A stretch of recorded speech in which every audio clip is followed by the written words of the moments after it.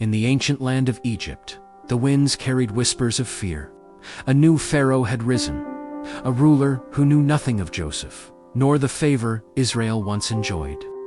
He looked upon the growing Hebrew people and saw not neighbors, but a threat. And fear, once rooted, gives birth to cruelty. The Israelites were stripped of freedom and forced into backbreaking labor. Day after day, they molded bricks beneath the burning Egyptian sun. Towering cities were built on their sweat and their suffering. Yet even under oppression, they multiplied, and Pharaoh's fear grew darker. His decree echoed through the land. Every newborn Hebrew boy cast into the Nile, but even the strongest earthly command cannot silence the plans of God. In these dark days, a baby boy was born.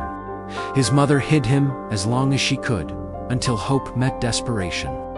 She placed him in a basket and set him afloat on the waters meant for death. But instead of sinking, the tide carried him into destiny. Pharaoh's daughter found the child. She named him Moses, drawn out of the water.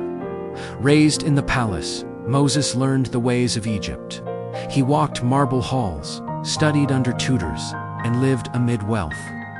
Yet something in him never forgot who he truly was. One day, Moses saw an Egyptian beating a Hebrew slave. Anger surged. He intervened and killed the Egyptian. When Pharaoh heard of it, Moses fled into the wilderness. The prince became a fugitive. The palace became a memory, and Moses disappeared into obscurity. Years passed. Moses tended sheep in Midian, believing his story had ended. But on a day like any other, something extraordinary burned in the distance. A bush engulfed in flames, yet never consumed.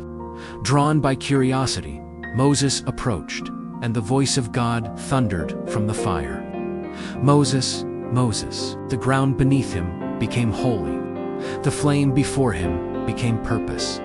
The voice of God became a call that would reshape history. God revealed himself as the eternal I Am, the God of Abraham, Isaac, and Jacob, the God who had seen the suffering of his people and had come to deliver them. Moses shook with fear.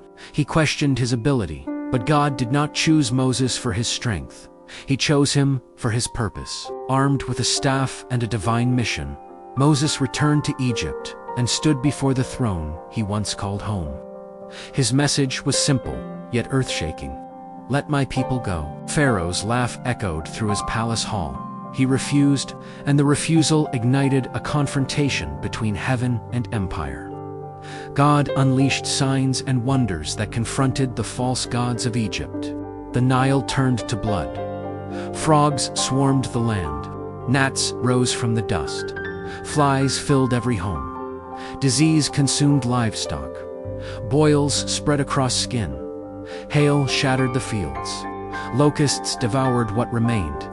Darkness blotted out the sun. Each plague struck deeper, revealing the limits of Pharaoh and the power of God. Yet Pharaoh's heart hardened like iron. Then came the night of Passover. God commanded each Hebrew household to sacrifice a spotless lamb, marking their doorposts with its blood.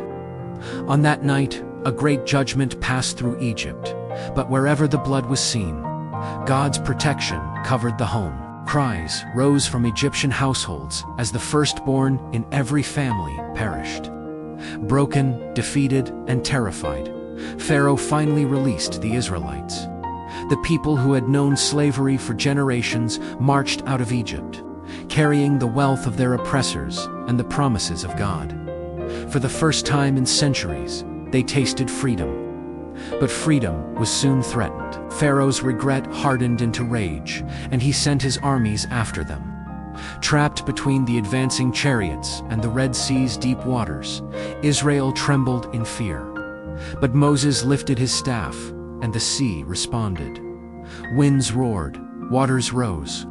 A path split through the sea, carved by the very breath of God. Israel walked between walls of water, step by step across the ocean floor.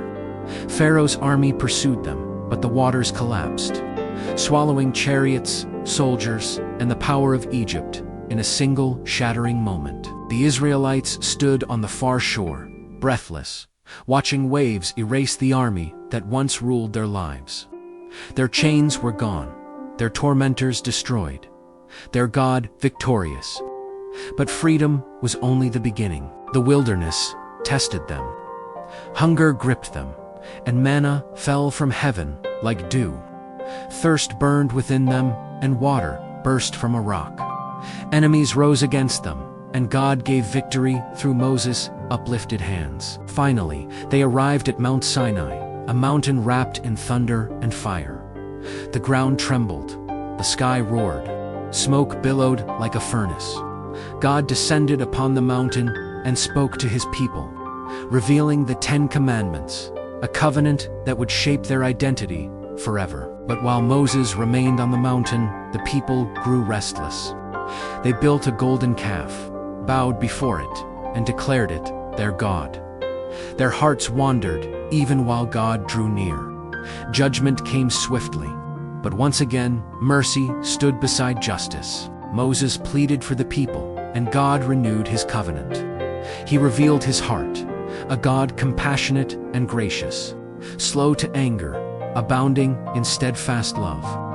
Then God gave instructions to build the tabernacle, a sacred dwelling place where heaven would meet earth. Craftsmen shaped gold, silver, precious fabrics, and acacia wood. Every detail reflected God's holiness, and when the work was finished, a cloud descended. The glory of God filled the tabernacle with radiant presence. Moses himself could not enter. The weight of glory was overwhelming. From that moment on, whenever the cloud lifted, Israel moved. Whenever it rested, Israel camped. God himself guided them, step by step, day by day. Exodus ends not with arrival, but with assurance. Not with a perfect people, but with a faithful God. Not with an endpoint, but with a divine presence that promised to lead them forward. This is the book of Exodus, a story of slavery and freedom, a story of rebellion and mercy, a story of covenant and presence, a story of a God who breaks chains, confronts empires, reshapes destinies, and walks with his people through every wilderness. And the God of Exodus still leads his people today.